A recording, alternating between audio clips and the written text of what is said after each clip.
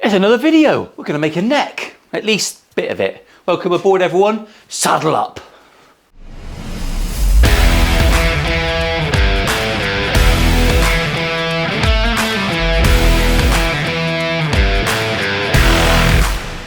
Battery exhausted, she says. I'm fucking exhausted. So we've got to turn this little bad boy into a neck. Obviously it's pretty raw at the minute. That's quite an interesting proposition, isn't it? We're going to make a neck for the Warlock guitar. This is part 2. Welcome back everyone, blah, blah, blah, blah, blah.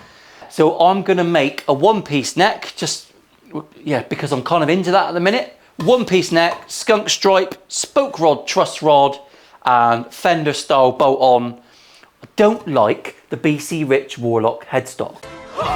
Sorry BC Rich, I'm sure you are devastated. However, I think it's minging. So I've actually tried a few of my templates out, and what looks nicest is a PRS. I'm well into the PRS headstock with the Warlock shaped guitar. Almost. We're going to steal bits from this, but we're not going to do it identical. So I'm going to have to make a neck template. That's fair enough. We can do that, can't we? So first things first, let's get some timber together and we'll make a neck template from scratch. Obviously from scratch. Don't do things not from scratch around here. Obviously you don't know who the fuck I am. My camera is very stationary today, so people with all the sickness from the wobble, well done for you. That one's especially for you. And because my tripod's dead. Didn't charge proper, did it? Didn't charge. So we're going to make one of these and I'm going to adjust and alter the headstock shape. So we'll get that as close as I can and we'll draw around it for now.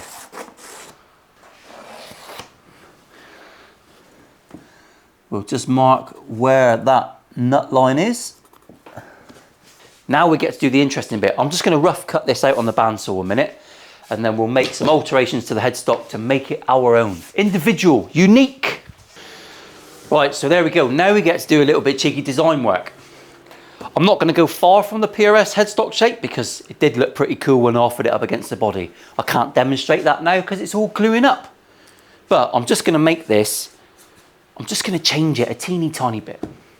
We'll get an eraser because there will be errors. Yep. And we're going to mess around with the shape of this headstock.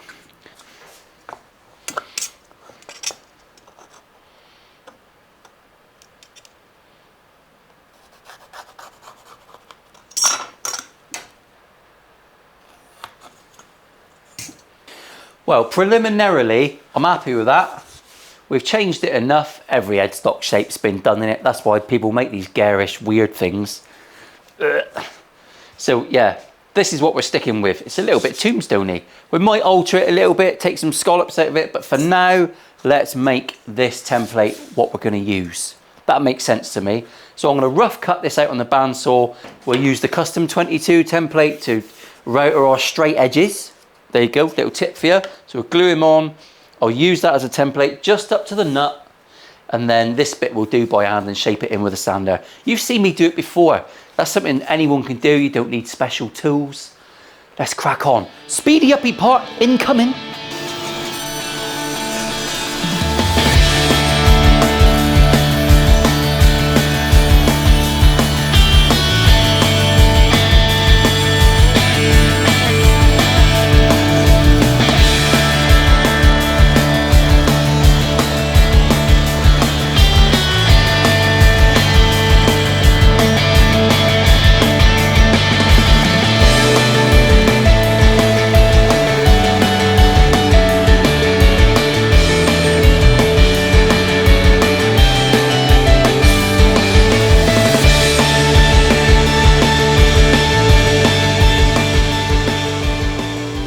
Well, speedy uppy complete.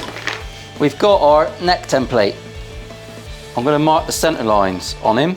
While I've got it taped on there, I'm going to use an auger bit. Let's get a focus on that bad boy. It's got a prick on the end. And I'm just going to go in there and I'm just going to twist backwards. And I'm just going to mark where all those centers are. Mr. Paul Reed Smith has done all the maths on this neck. So let's just use his maths, shall we? We've changed a few bits to make it a bit different. But you don't have to calculate everything. If you are a guitar builder, it doesn't matter how serious you are. If you've got 4 or 5 sets of templates from different guitars. Bear in mind that's a couple £100 to invest in that sort of thing, but if you have got those templates, you can use them to make your own shapes. That's the more exciting part of things. I feel a little bit cheated here. There we go. So we've got our O's marked out. We don't need them immediately, but we've got them marked out. We'll transfer all the usable marks onto here now, and we can bin that one off. Little mark on there for the 12th fret. Always put that on your template. Nut goes there. That's marked out. There you go. That is in the arsenal now. We've got our own slight alteration to a headstock. PRS style, extra long, wibbly wobbly. All done. What the hell are you talking about? Right, we're going to machine up the lumber now. It's got to be dimensioned properly, and we're going to make sure it gets totally flat and we give ourselves the best possible start. I'll show you how I do that step by step. It's quite interesting. And again, we're going to cheat with some existing templates. So follow on and try and stay awake. Watch my videos to the end. Thank you. Now, when you buy sets of templates, if you get them from a good place, you also get the side profiles of the neck. And they are really useful when you're going to be dimensioning your lumber. You don't want to be looking things up online or the rest of it. Something that you can just measure. I like to use a Jazzmaster neck profile, even when I'm making a Strat actually, because a 43mm nut, it's a bigger neck. It's good for my fat fingers. I just like the jazzy neck. You can always flatten it out if you want. All I really want is the overall dimension. Remember, this is going to be a one-piece neck and no separate fretboard. It's actually 25mm, 25.8mm at the heel. That's quite big. That's what she said.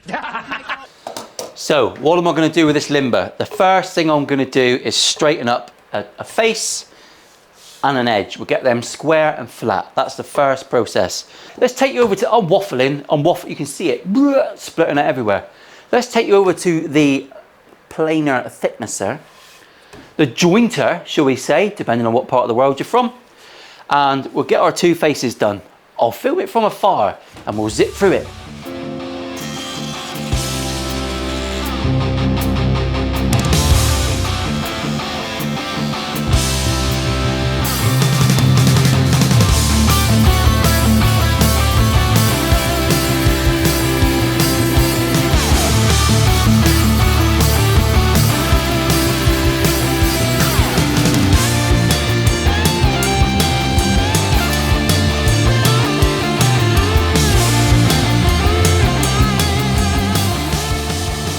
As I ripped that down on the bandsaw, we had a flat face. We ripped down to that flat face. I sanded it. I stayed about 1 mil from the line.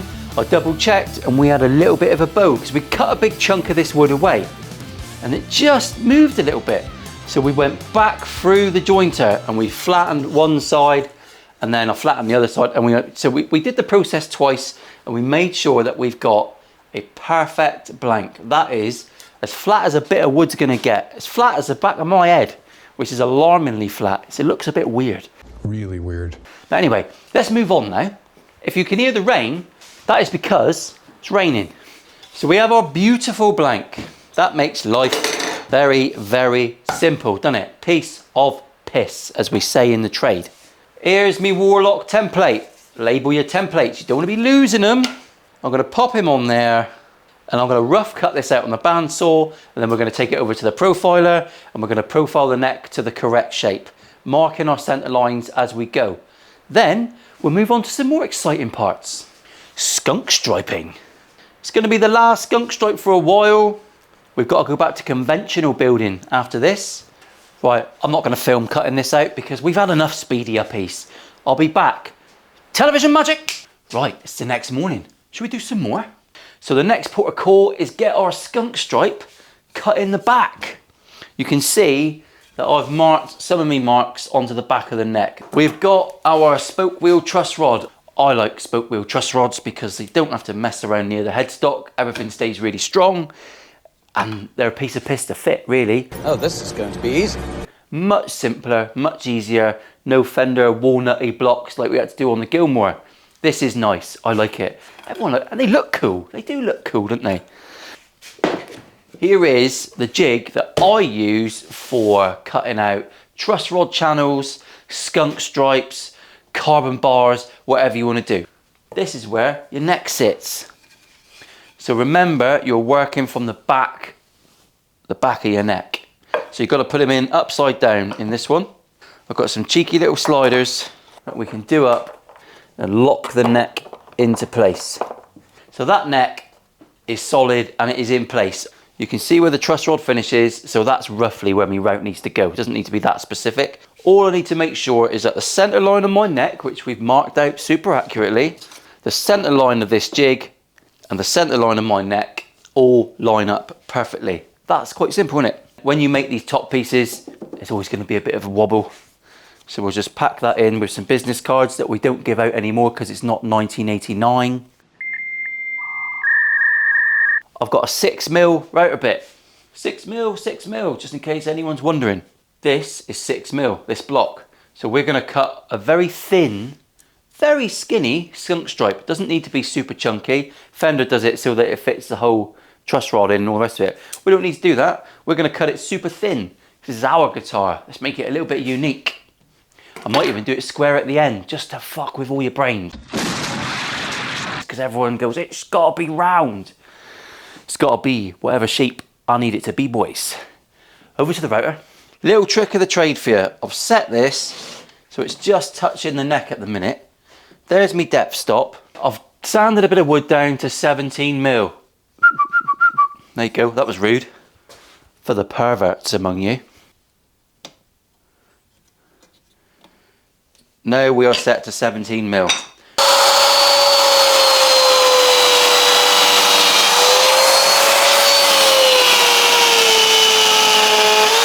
That didn't go terribly well. I actually had a router bit come loose in the router whilst routering that channel. Like my willy, it didn't look very impressive on camera, so I didn't include it. But lo and behold, all you need to know is that skunk stripes don't go all the way through the fucking neck. It's a shame, innit? That is a shame. Never mind. Waste of a tidy bit of limber. I said I'd show you the cock-ups, and I showed you the cock-ups. It went loose in the router, it chattered and chattered and chattered, but it actually cut a little bit too deep. Tried shaving it, tried saving it, couldn't save it. It was knackered, but that's all right. It's not the end of the world. So we've got a skunk stripe route done. Now you can see, obviously that's on the bottom of the neck. We don't want any one of those moments where you go, oh no, stomach sinking, it's on the fucking top. We don't want those. Our truss rod is going to sit in there. That's what I like, these truss rods. They're so simple. They're so simple. They just fit in lovely and neat. And we can see there at the bottom, I've just got to enlarge that hole.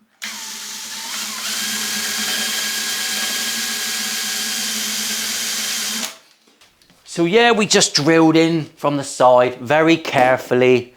So everything's nice and flush. And when we pop that one in, I want to make sure that my combi square is not rising up and it's all good. And that's fine. It's like a gnat's cod piece. Nothing there. So our truss rod is ready to be installed. All I've got to do now is prep my skunk stripe and we're ready to glue them up. Before I do that, let's unbolt the body because that's been gluing up all night. We'll get the fabric top routed to shape and then we'll see roughly what this is going to look like. Colour scheme and all. We'll do a bit of a midweek reveal, even though it's not midweek. This is a Friday afternoon video. One video a week to keep you wanting more. Truly, you have a dizzying intellect. It's heavy because there's so many clamps.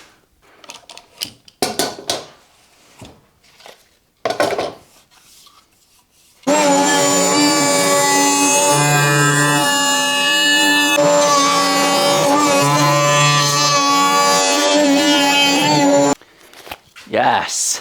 A few digs and lumps on that body, but that's fine. It's all got to be flat sanded, yeah? There is our body. There is our neck. And there you begin to see what is going on. Absolute madness. That's what's going on. That's going to look stupidly mental. I love it. I'm a bit excited. I'm not going to touch this now. I'll level sand it in time for the next video so we're looking a little bit smoother and smarter. And when you sand this off and mist it up a bit, it's much easier to mark out for routing and all that sort of stuff. So for the minute that goes to the side, another day of drying, it's not going to hurt. Let's finish off our skunk stripe. I'm going to use this bit of ebony fretboard. I'll cut it to length, I'll flatten it off, I'll thickness it very carefully on the sander so it's just a tightness, and then we'll glue it in, pop it in, come back next video. I think that is the plan of attack.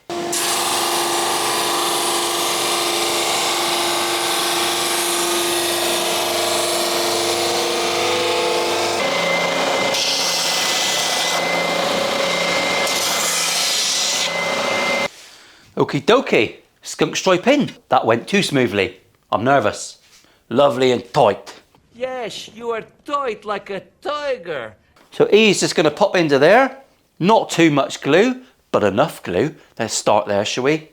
I might even put a bit of tape over the bottom of that. Don't think it's going to hurt anything. Just stop the glue getting in the workings of the mechanism. There you go, truss rods in. There's a little layer of tape in there. I don't think that's going to affect anything. It's just going to stop the glue from getting all over the truss rod. I've left tape in above the truss rod a million times. It makes no bloody difference to the price of fish. What's fish got to do with it? Right, so there you go. That'll wrap up a video, won't it? We've got a skunk stripe in. You've seen how I do that. I've done it round for the purists. We'll come back next week and crack on, basically. We'll have to shape this neck up. We're going to have to radius the top. We're going to have to cut our fret slots. I'll show you how we do all that. You've seen it before. We've kind of done it this way before. But if you're new, I'll show you anyway. Let's get involved. Thanks for watching, everyone. If you want to watch one of these videos, be my guest.